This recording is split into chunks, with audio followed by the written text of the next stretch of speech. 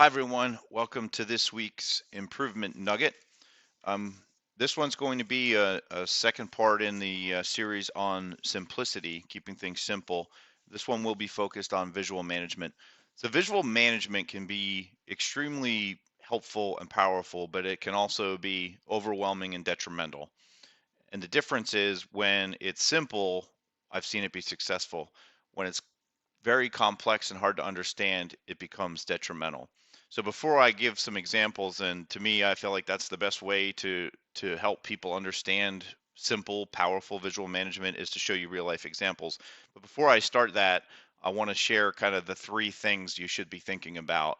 And this goes for visual management, also metrics, and we'll do a separate session on metrics. But number one, it has to be simple, period. Just make it simple.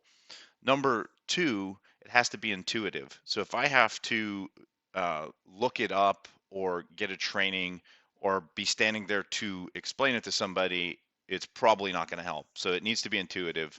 And number three, and this is the most important of it all, and this is the only thing that really matters when you think about visual management. What behavior does it inspire? And if you're not sure, you need to ask. If it's one you're creating for yourself, you obviously know what behavior it inspires. And if it's not inspiring the right behavior, you need to adjust it.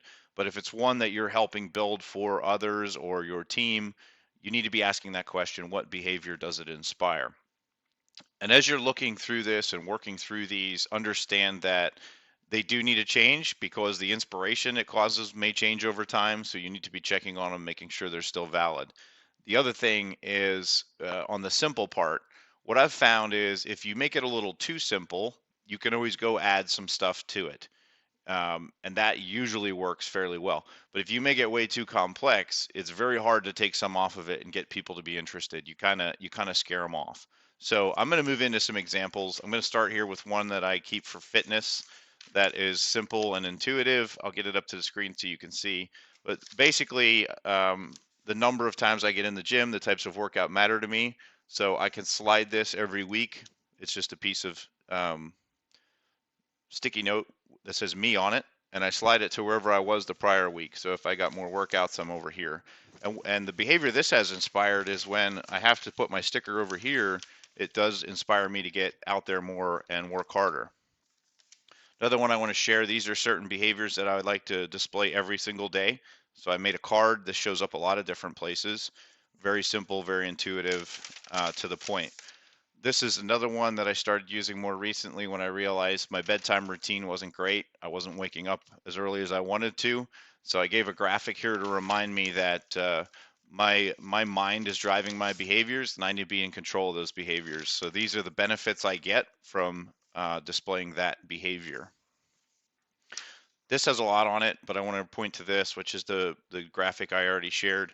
And when I measure this, it's exceed, I did it, or I didn't do it, and I do measure that and check it. So I have I wanted to do that one last because it segues into next week's, which is going to be metrics. So think about your visual management. Again, simple, intuitive, has to drive the right behavior. And one thing I found about these is, they could be a lot of fun if you really use them well. I do want to throw one more example up. This is a workspace example. And this one here, um, if you're a frontline team member or a leader, you can use something like this. And so it's frustration from rework. These are the kind of things that you could do to eliminate that frustration. Here's your happy team.